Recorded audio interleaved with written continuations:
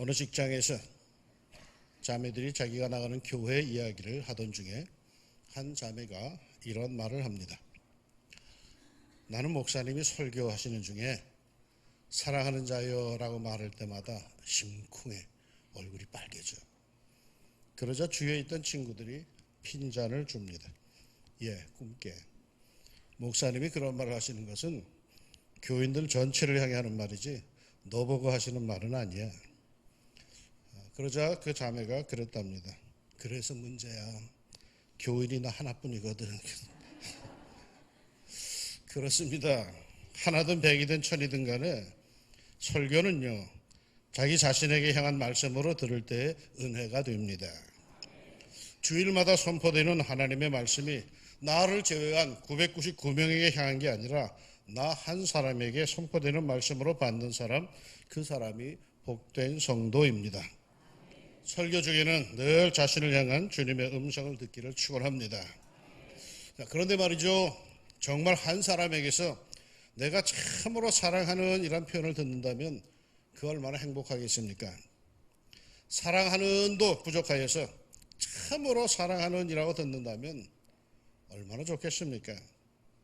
오늘 사도 요한이 한 교우에게 편지를 써서 보내는데 이런 감동적인 표현을 씁니다. 장로인 나는 사랑하는 가이오 곧 내가 참으로 사랑하는 자에게 편지하노라. 사랑하는 가이오라는 표현 갖고도 자신의 사랑을 충분히 표현하지 못했다 싶어서 곧 내가 참으로 사랑하는 자에게 라고 표현합니다. 참 감격적인 표현이죠. 저는 평생 이런 고백하며 목회하고 싶습니다.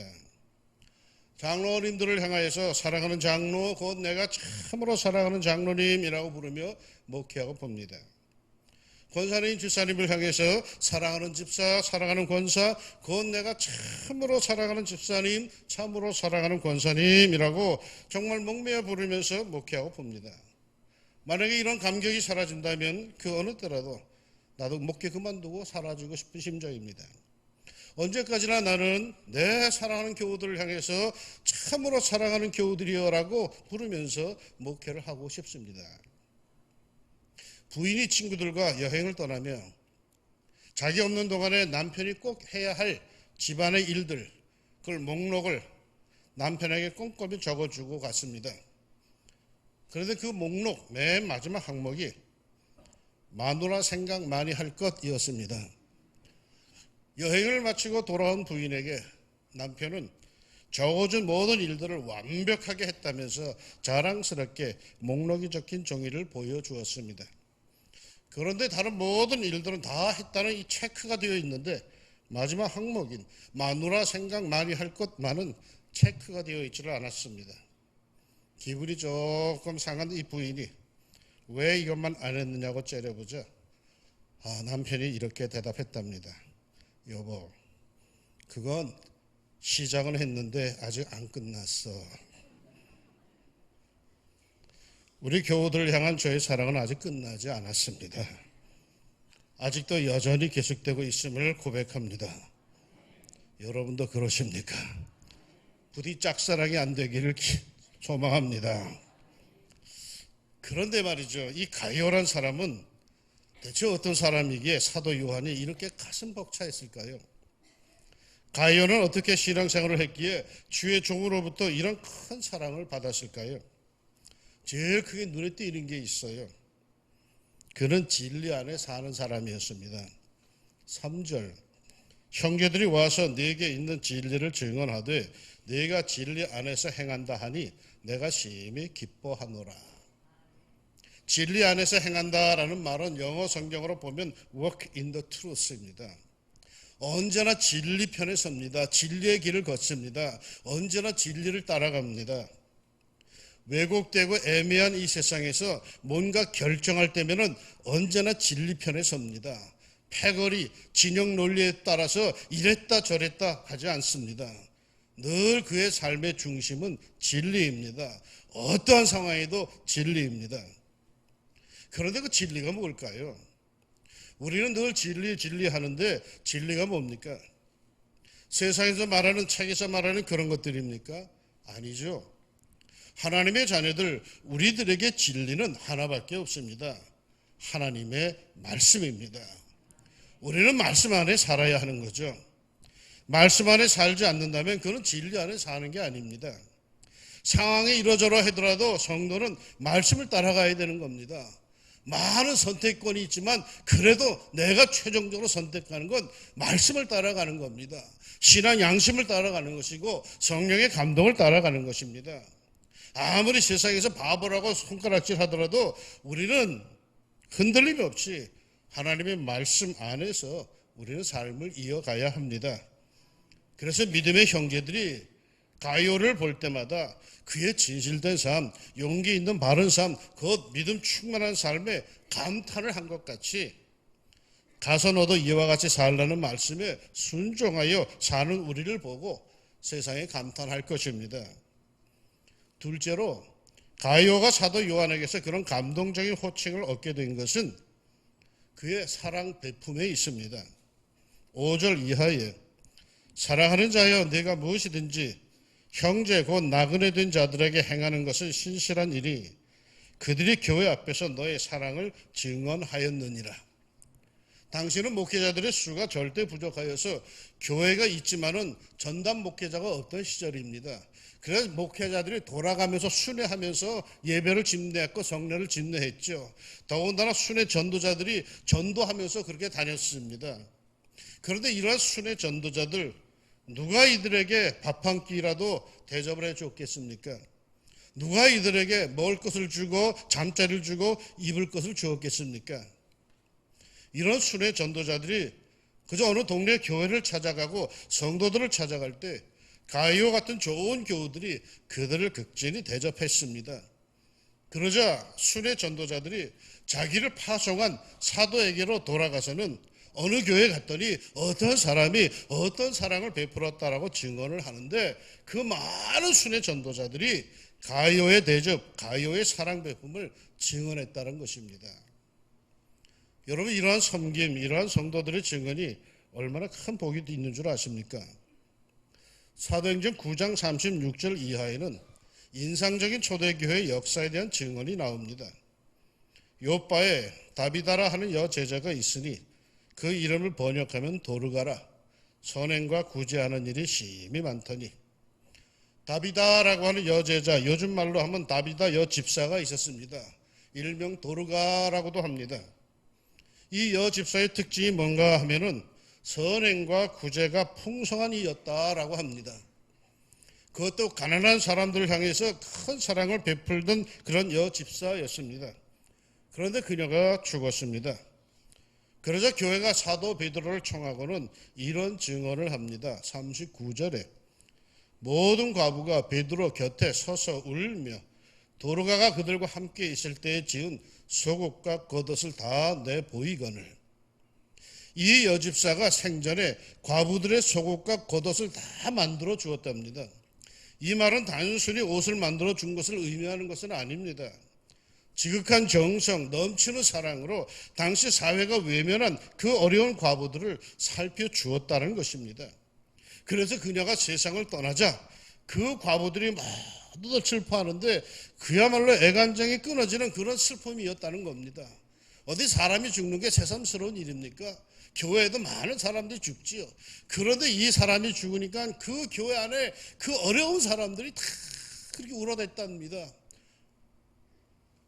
이에 사도 베드로는 가만히 있을 수가 없어서 그들이 얼마나 그 죽은 그 여인을 위해서 우는지 사도 베드로는 간절히 하나님께 기도하고는 그 다비다 여집사를 다시 살려내는 놀라운 기사가 사도행전 9장에 있습니다.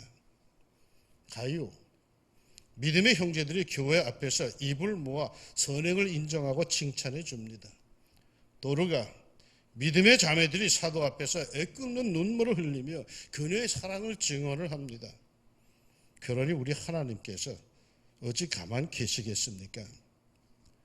교인들이, 믿음의 형제 자매들이 칭찬해주고 인정해주는 그런 섬김, 그런 겸손, 그런 베품의 삶을 삽시다. 눈살 찌푸리는 삶을 살지 말고 내가 어려움에 빠졌을 때 많은 교우들이 나를 위해 아파하며 주님께 간구해줄 그런 정도의 삶을 삽시다. 하나님의 사자 주의 종이 자신의 삶을 하나님께 증언할 정도로 주의 종에게 이야기면 인정받는 삶을 삽시다. 그런데 말이죠, 그 교회는 이런 가이오만 있었던 건 아닙니다. 그 교회는 디오드레베라고 하는 이도 있었습니다. 이름부터가 좀 별로죠. 디오드레베. 이 으뜸되기를 좋아하는 권력욕이 매우 강한 사람으로 사도 요한이 책망을 합니다. 왜요? 그는 교회의 중직자로서 세 가지 악행을 저지릅니다. 첫째는 그는 사도 요한의 사도권을 무시하고 악한 말로 그를 대항하며 편론하였습니다. 그들 중에 으뜸되기를 좋아하는 디오드레베가 우리를 맞아들이지 아니하니 그가 악한 말로 우리를 비방하고도 부족하여. 참 이해 못할 일이죠. 여러분, 사도 요한이 누굽니까? 예수님의 친제자예요. 예수님의 12제자 중에서도 예수님이 가장 사랑했던 제자예요. 십자가 밑에서 예수님으로부터 예수님의 어머니 마리아를 부탁받을 정도의 인물이에요. 믿음의 세계에서 사도 요한이라고 하면 그 이름만으로도 다 통하던 그런 권위 있는 그런 주의 종이에요. 더군다나 당시에 유일하게 12제자 중에 유일하게 살아남아 있는 마지막 예수님의 제자예요. 그런데 이 디오드레베가 사도 요한을 받아들이지도 않고 악한 말로 비방한답니다. 도대체 무슨 근거로, 무엇을 이유로 디오드레베가 그런 비방을 하고 사도 요한을 받아들이지 않았을까요? 이때 사도 요한의 나이가 90을 넘어섰으니까 나이가 너무 많다고 그랬을까요? 배운 게 없는 사람이라고 무시했을까요? 시대의 변화를 읽지 못한다고 그랬을까요? 구닥다리라고 그랬을까요? 아무튼 자기 나름대로 이유는 있었을 겁니다. 그러나 자신에게는 이유가 되지만 교회는 그것을 인정하지 않았고 사도 요한을 비롯한 주의 종들은 아주 깊은 상처를 받았습니다. 둘째로 그의 악행은 순회 전도자들에 대한 응당의 접대를 하지 않았다라는 것입니다. 교회가 반드시 챙겨줘야 할 순회 전도자들, 아무런 생활의 대책이 없으면서 오로지 복음만을 들고 온 세상을 다니는 그런 선교사들을, 전도자들을 돌봐줘야 하는데 그들의 노후는커녕 당장의 대접대조차 하지 않았다는 것입니다. 왜 안 했을까요? 역시 나름대로 이유가 있었겠죠. 그런 형편이 있었겠죠. 그러나 그건 말이죠, 주님의 명령입니다. 순회 전도자들, 선교사들, 농어촌의 어려운 주의 종들을 접대하라는 것은 믿음의 공동체에 주어진 엄숙한 사명입니다. 땅끝까지 이르러 전도하는 것만 엄숙한 사명이 아니라 주위의 어려운 사람들을 도와주고 가난한 사람들을 돌아보며 작은 자의 벗이 되어주고 어려운 주의 종들을 접대하는 것도 주님의 엄숙한 명령이요 사명입니다. 이것이 얼마나 중요한 것이었는지 예수님은 마태복음 10장에서 제자들을 세상으로 파송하며 아무것도 가지고 가지 말라 하시면서 이렇게 말씀하셨습니다. 너희를 영접하는 자는 나를 영접하는 것이요 나를 영접하는 자는 나 보내신 이를 영접하는 것이니라. 선지자의 이름으로 선지자를 영접하는 자는 선지자의 상을 받을 것이요 의인의 이름으로 의인을 영접하는 자는 의인의 상을 받을 것이요 또 누구든지 제자의 이름으로 이 작은 자 중 하나에게 냉수 한 그릇이라도 주는 자는 내가 진실로 너희에게 이르노니 그 사람이 결탄코 상을 잃지 아니하리라 하시니라.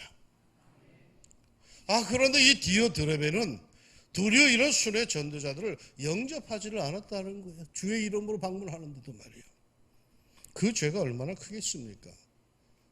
어디 그뿐이겠습니까? 그의 세 번째 잘못은 순회 전도자들을 접대하는 교인들을 교회에서 내쫓았던 것입니다. 형제들을 맞아들이지도 아니하고 맞아들이고자 하는 자를 금하여 교회에서 내쫓는도다. 자기 말을 듣지 않는다고 교회에서 신자들 내쫓았답니다. 교회에서 신자들 내쫓을 정도라면은 그 교회 중직자 아니겠습니까? 그는 이름 그대로 디오드레베, 디오드레베였던 거죠. 이런 이들이 초대교회건 현대교회건 어느 교회나 다 있습니다. 그런데 그나마 희망이 있는 것은 교회는 이들만 있는 게 아니라는 거예요. 이 디오드레베 뒤를 이어 소개되는 이가 있는데 데메드리오예요. 그는 어떤 이였을까요? 데메드리오는 무엇 사람에게도 진리에게서도 증거를 받았으며 우리도 증언하노니 너는 우리의 증언이 참된 줄을 아느니라. 데메드리오 자신이 좋은 사람이라고, 자신은 괜찮은 신자라고 떠벌리지 않습니다. 다만 무사람, 즉 성도들이, 교우들이 그의 인격 등과 믿음을 존경하고 진리에서도, 즉 성령께서도 역사하심으로 그가 정말 좋은 그 성도임을 증거하며 사도 요한을 비롯하여 모든 주의 종들이 그의 신실함과 겸손함을 증언했답니다. 그러면서 사도 요한은 11절에서 이렇게 권합니다. 사랑하는 자여, 악한 것을 본받지 말고 선한 것을 본받으라. 선을 행하는 자는 하나님께 속하고 악을 행하는 자는 하나님을 배웁지 못하였느니라. 어차피 말이요, 교회는 믿음의 공동체 안에는 선이 있고 악이 있답니다. 다양한 형태의 신자들이 있답니다. 무엇을 본받으라? 선한 것. 좋은 믿음의 교우, 성실하고 겸손한 믿음의 사람들을 본받으랍니다. 그를 존경하고 따르랍니다. 교만한 디오드레베가 아니라 겸손한 데메드리오를 본받으랍니다. 요한 3서 하면은 교회인들은 언제나 이 말씀을 먼저 생각하지요. 사랑하는 자여, 내 영혼이 잘된 같이 내가 범사에 잘되고 강건하기를 내가 간구하노라. 이 놀라운 축복 누구를 향한 건지 아십니까? 디오드레베가 아니라 데메드리오예요. 다이오예요. 그런 신실하고도 겸손한 성도들, 진리 안에 거하는 성도들을 향한 축복이에요. 우리 교우들도 이 축복 받을 만한 선한 성도의 반열에 모두 서기를 진심으로 소망합니다. 오늘 말씀은요, 가이오가 다니는 교회의 이야기였습니다. 그런데 특이한 것이 하나가 보입니다. 가이오도 그렇고 데메드리오도 그렇고 그들의 신앙에 대해 그들 자신의 말에 근거하지 않고 이렇게 말하고 있습니다.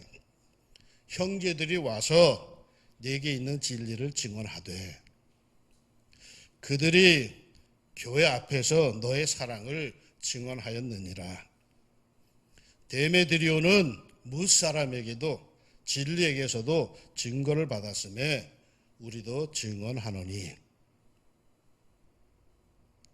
자신이 말하지 마세요. 그들이 말하고 그들이 증언하게 하십시오. 교우들이 나를 평하고 교우들이 나에 대해 말하게 하십시오. 사람은 누구나 다 자기가 자신을 볼 때 그나마 괜찮아 보입니다. 자신이 그러는 것이 다 나름대로 이유가 있습니다. 그러나 때로는 주위의 말, 같은 믿음의 생활을 하는 이들의 말을 들어보십시오. 그들이 나에게 있는 진리를, 성실함을, 겸손을 증언하게 하십시오. 눈치 보고 살라는 것 절대로 아닙니다. 믿음 안에서 당당하게 살되 진실되게 살아서 같은 믿음의 길을 걷는 교우들이 나의 진실함과 온전한 믿음을 증언하게 하라는 것입니다. 오래전에, 요즘에 젊은 사람들은 아마 잘 모를 텐데 한 20, 30년 전인 것 같은데, 오래전에 커피 광고 중에 어느 유명한 여자 연극 배우가 나와서 이렇게 말하는 카피가 있었습니다. 나도 알고 보면 부드러운 여자예요. 내가 그 문구를 가만히 바라보면서 생각난 게, 느껴지는 게 있어요. 자신이 부드러운 여자임을 누구만 안다? 자기 자신만 알아요.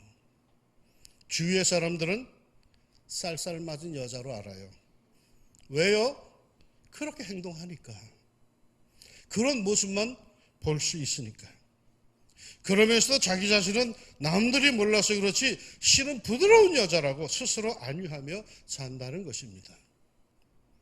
내 속에 있는 선한 것을 누가 알겠어요? 쪽집게 점쟁이가 아닌 다음에 내 속에 있는 걸 남들이 어떻게 알겠어요? 내 안에 내가 신앙이 있고, 내 안에 신앙 양심이 있고, 내 안에 하나님 말씀이 있고 진리가 있다는 걸 누가 알겠어요? 아무도 몰라요. 그런데 사람들이 나를 보고 얘기하는 건 뭘까요? 내 삶을 보고, 내 행동을 보고, 내 말하는 걸 보고 그들이 얘기하는 거겠죠. 올해 우리는 가서 너도 이와 같이 살라 하는 이 말씀을 마음에 새기고 살기로 했습니다. 가서 그렇게 살 때 사람들이 뭐라고 할까요? 그들로 여러분을 증언하게 하십시오. 진짜 그리스도인이라고, 정말 좋은 사람이라고, 가까이 하고 싶은 사람이라고 하죠. 교우들이, 가족들이, 친구들이 자신의 믿음의 생활을, 자신의 신앙생활의 현주소를 평하게 하십시오. 그들이 내 내면의 선한 것들을 증언할 수 있게 하십시오. 그들이 여러분을 주님 앞에서 진짜 예수 믿는 사람이었다고 증언할 수 있기를 주님의 이름으로 축원합니다. 기도합시다. 가서 그렇게 살라고 하셨기에 그렇게 살겠습니다. 그렇게 열심히 사는데 정말 사람들이 나를 알아볼까 걱정도 됩니다. 순간순간 주님께 주시는 성령의 감동과 주의 말씀 주저하지 않게 해주시고 손 떨리지 않게 해주시고 정말로 그렇게 살게 하여 주옵소서. 그래서 사람들이 나를 통해서 예수님을 보게 하여 주시고 정말 내가 어떠한 사람이라는 것을 알게 눈치채게 해 주옵소서. 내 안에 있는 그 좋은 것들이 그냥 그대로 다 사장되지 않게 해주시고 내 입술로, 내 행동으로, 내 삶으로 드러나게 하여 주시사 그들이 믿음의 세계에서 목사님 정말 훌륭하신 분이십니다. 장로님 정말 진짜 그리스도인이십니다. 이렇게 사람들이 나를 보고 하나님께 증언할 수 있고 성도들에게 증언할 수 있는 주님 그러한 삶을 올해는 꼭 살아가게 하여 주옵소서. 하나님의 역사가 우리들의 삶의 현장에 있기를 원합니다. 하나님 꼭 그리 살아서 하나님도 가까이 하고 싶고 성도도 나를 가까이 하고 싶어하는 그런 참된 성도의 삶, 섬김의 삶 살게 하여 주옵소서. 예수님 이름으로 기도합니다. 아멘.